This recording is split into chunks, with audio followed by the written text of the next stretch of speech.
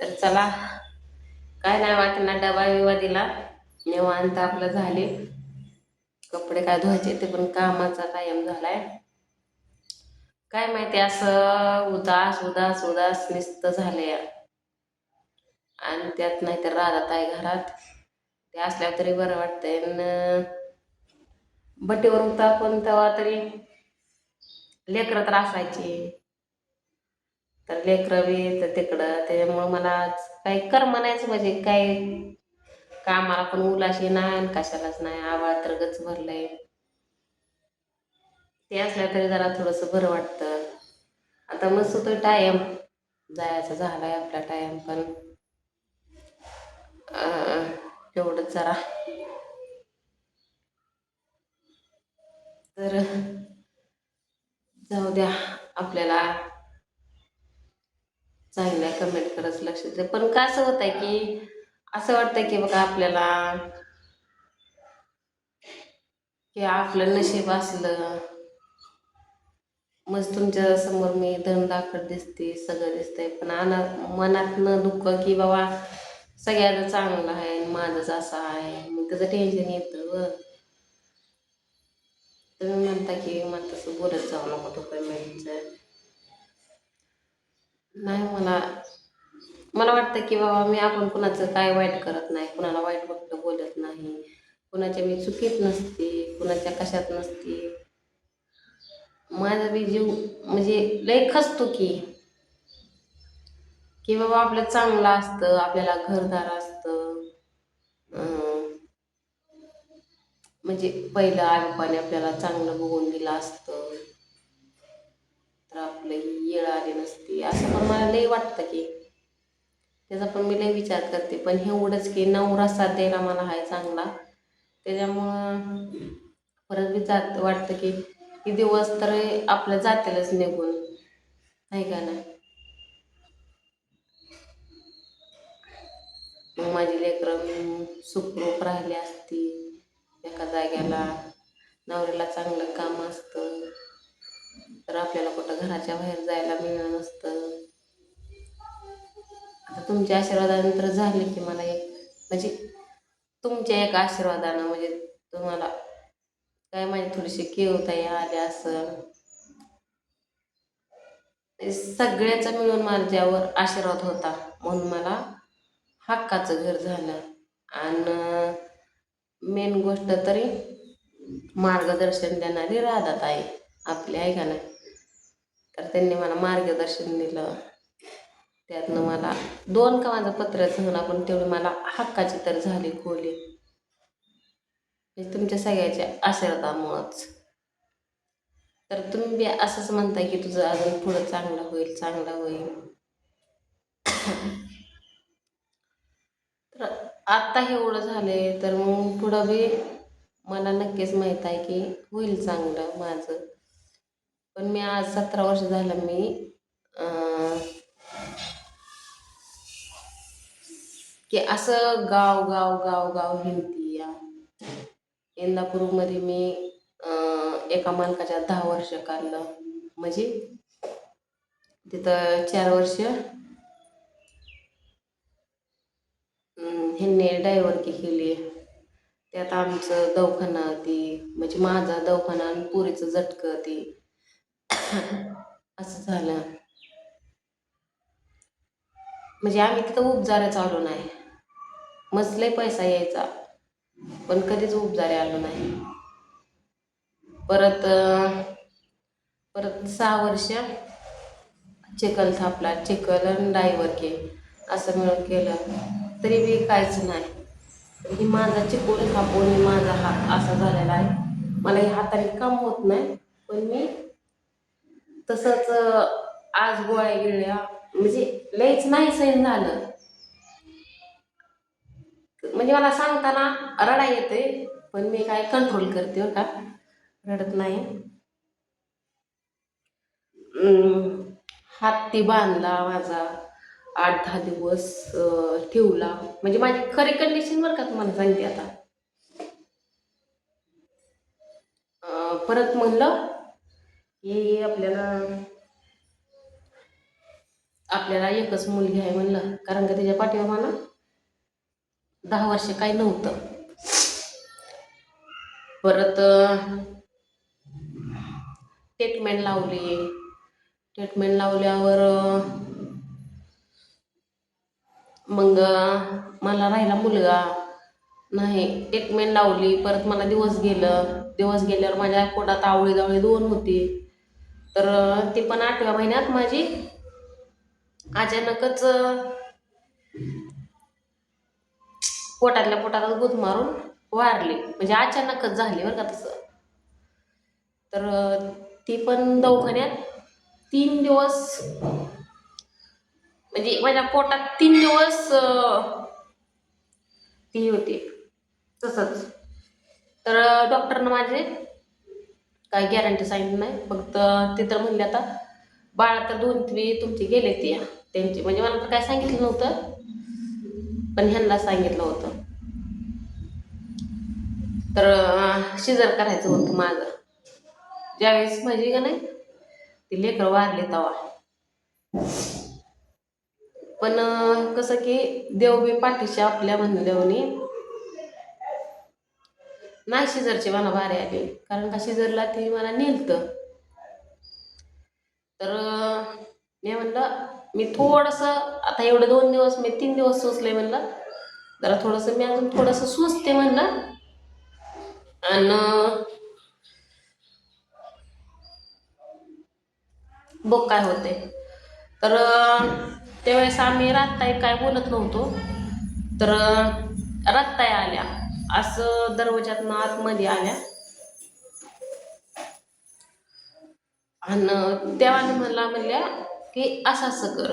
म्हणजे त्यांच्या रूपाने मग मला असं वाटलं की कसं का असं ना, पण ती एक देवी आल्यावरच म्हणजे म्हणजे माझ्या कुठल्याही संकटात असू द्या, त्यांनी बोलू द्या नाही बोलू द्या, भांडण करू द्या नाही भांडण करू द्या, तरी त्यांचा त्या दवाखान्याच्या आतमध्ये नुसतं दरवाजात आल्या तेव्हा ना फक्त म्हणल्या असं कर, म्हणजे कर का. मी पटदिसनं डिलिव्हरी झाली. म्हणजे 3 दिवसाचा माझा तडफोडा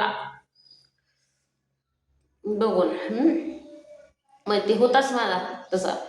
पण रातताई आली, मी डिलिव्हरी झाली नॉर्मल. परत मला काही लेकरं दाखवली नाही ते, मग तिकडंच हे केलं.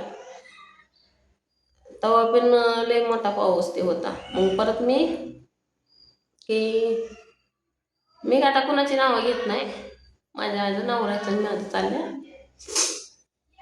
परत त्या भट्टीवर आम्ही होतो तर ती मालकाचं म्हणजे ती द्यायची असेल मालकीन, ती मला काय माहीत नाही.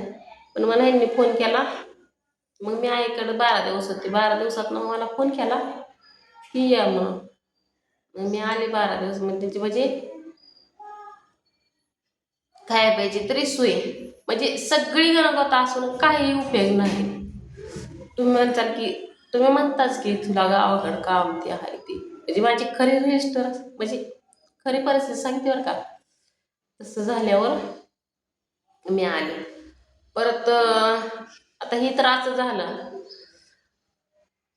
परत अजून तिथल्या मालकीणीच्या त्यांना 4 वर्ष नव्हतं ना काय, तर त्यांनी ट्रीटमेंट लावले अजून फिरसे नाही. आम्ही नवस केला देवाला की बाबा होऊ दे असं तसं, की आपलं तर असं झालंय म्हणलं. दवाखाना बी चालू केला आणि एक नवस बी केला. मग दवाखान्याचा काय कृपेनं असो नाही तर देवाच्या काय कृपेनं असो म्हणलं, पण झाला मला मुलगा झाला. तर त्याला बी माझा खर्च आमचा इतका तर झाला, पण कुणी रुपया भरला नाही, कुणीच नाही भरला. वडिलांनी तेवढं ते बिल 5,000 भरलं होतं. म्हणजे 35,000 बिल झालं होतं ना. डिलिव्हरी झाली तर 10,000. मी जन्मलं म्हणजे माझा मुलगा जन्मला तेव्हा 35,000 बिल झालं होतं. तर त्यातलं फक्त वडिलांनी 5,000 भरलं होतं. तर बाकीचं ह्यांनीच भरलं. मग ते राहिल्यापासून जे माझ्या मागे दवाखाना होता की मला महिन्यातनं मला सारखंच ॲडमिट करावं, असे त्या मालकाचे आमच्यावर उचल 3.5 लाख रुपये झाले डिलिव्हरी होऊस तर. तर ते आता आमचं बाकीचं वर्ष गेलं त्यात फेडण्यात, 3.5 लाख. परत ती डायव्हर की सोडली, म्हणजे पोरग 4 महिन्याचं झालं. परत ती मला चिकुल थापा आणि डायव्हर की बी करा. मग मी 4 महिन्याचं पोरग असताना मग चिकुल बी थापला, हे झाला. परत काय तिथल्या बी माणसानं परत हे केलं की आमच्या इथं राहू नको म्हणून.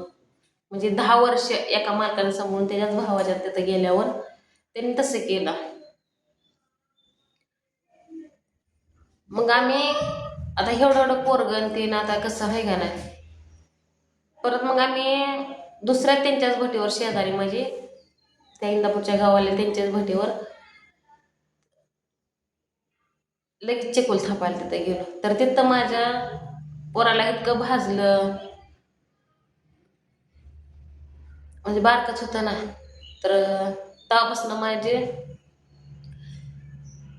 काय, आता मला काय सांगून काय मला कळ नाही. तिथनं भाजलं लॉकडाऊनमध्ये, कुठं दवाखाना ते नव्हतं, काय नव्हतं. परत तिथं बी तसल्या मालकाच्यात म्हणजे चांगलं होतं, कारण का आपण कष्ट करणार म्हणल्यावर कुठं कमी पडत नसतं आहे का नाही. तरी बारकं पोरगं असताना आम्ही दोघं कामं ते करायचं, चिकोल थापायचं, सगळं खेपा बिपा सगळं. त्याचं 3 वर्ष काढली.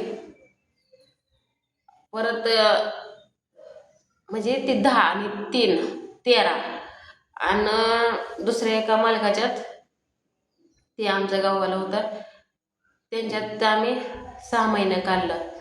परत मावस भावाने आम्हाला बोलवून घेतलं तिकडं आष्टीला. त्याने बी आम्हाला असाच दगा दिला की आम्हाला नेलं तिथं तासभर, म्हणजे महिनाभर कसं तरी सांभाळलं. म्हणजे सांभाळलं म्हणजे आपल्याच कष्टाचं बरं का. पण त्याच्या पण बायकोनं आम्हाला, मला म्हणजे माझ्या पोरीला जरा थोडंसं खुनसाडाने केलं. मग असं हे केलं, म्हणजे माझा जीवनातला संघर्ष सांगते बरं का थोडक्यातच. तर तिथं पण एक म्हणजे ते पण आमच्या इथं पाणी ती काय पेत नव्हता. माझा सक्का मावस भावा, ते पण पाणी बिणी काय पेत नव्हता, काय नव्हता आमच्यात. मग मला लय वाईट वाटायचं की बाबा आपल्याला तिथनं आम्ही सुखाधाली खात होतो, कसं बी खात होतो पण सुखाधाली खात होतो. तर तिथनं बी त्यांनी परत इकडं आला इंदापूरला आम्हाला तिथनं नेऊन.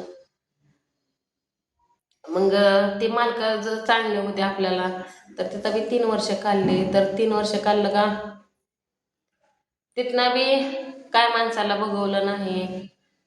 तिथनं मी मालकांना फुगवून आमच्या संगट कुचकं पाचकं बोलून, कारण का माझी पोरगी तर काय बारकी नाही. मग आम्ही दोघं इटाखाली करायला गेलं का मग मागं काय तर कुचकं पाचकं बोलायचं. मग त्या लेकरांनी मला सांगायचं, पण मी कोणाला 1 शब्दाचं 2 शब्द सुद्धा कोणाला केलं नाही. तर की बाबा आपल्या संगटच आपला भोग आहे, तर कोणाला लोकाला काय बोलता आहे का नाही. तर परत गावाकडे गेलो. परत झालं माझ्या पोरीचं नुकसान. नुकसान काय झालं नाही, परीक्षा तर झालतीच 9वीची, पण हे झालंच की इकडं तिकडे शाळा बघितली, केलं. पण मी त्या दिवशी आईकडे गेलते. मग आई ती म्हणली मला सुट्ट्याला राहते. सुट्ट्याला राहिलं मग मला जरा लईच रडायला आलं. मग भावाला फोन केला की बाबा माझ्या नशिबात असलं काय आहे एवढं की मी कुठं पाप केलंय की मला फेडायचं आहे एवढं. मग भाव म्हणला तू काय सुद्धा काळजी करू नको म्हणला, मी त्या पुरीचा एक खर्च सुद्धा करू नको, मी करतो सगळं. तर त्यांनी तर खर्च करायचा ते केलाच म्हणा. 5,000 तर तिला गेलंच, त्यांनीच खर्च केला. आईनं वडिलांनी भावाने काय का असं त्यांनी लेकरांचे कपडे बिपडे. म्हणजे मला सैन होणार, कसलं सैन होणार की बाबा पहिल्यापासून जे आपला संघ म्हणजे असा आहे. मग आपण इथनं पुढं किती आहे. मग परत एका मॅडमचा त्या फोन आला इथल्या, त्या म्हणल्या काम बघायला. म्हणजे मी साखर हिडोले मोठा होतं उद्या आता साखरेच्या कारखान्यात गेली साखर व्हायला, म्हणजे भरायला देतं. तर त्या मॅडमचा फोन आला की रात तुम्ही इथं या म्हणला, इतकं जड काम करूच तरी आम्हाला येतं. तर मग आम्ही एक दिवस कामाला आलो इथं, म्हणजे बघायला आलो. तर माझ्याकडे पैसे नव्हतं. मग मी त्या संगीतात ऐकून घेतलं होतं पैसे पंढरपूरच्या. मग त्यांनी भाव मानलाय त्यांना त्यांच्याकडे. मग त्यांनी मला 500 रुपये दिला. मग इथपर्यंत आलो. परत तुम्हाला तर सांगितलं मी पंजन मोडलं होतं. तर त्या पंजनात इथपर्यंत पसारा आणलेल्याचं भाडं 1000 रुपये मी दिलं आणि लायसनला काय गेलं ते आहे का ना. तर बघ आता लई पुढचा मोठा व्हिडिओ झाला. तर इथं कामाला आलो तर इथं असं माणसाचे कमेंट त्याच्यामुळं वाईट वाटतंय. तर असंच एवढ्यातच मी शॉर्ट म्हणून माझं लय हाल झाले. तर पण मी बघू पुढच्या व्हिडिओ. तुमचं तर म्हणणं आलं तर मला सांग व्हिडिओ म्हणजे काय, कारण तर सांगेन. तर मी आता पर्यंत टॉप करते.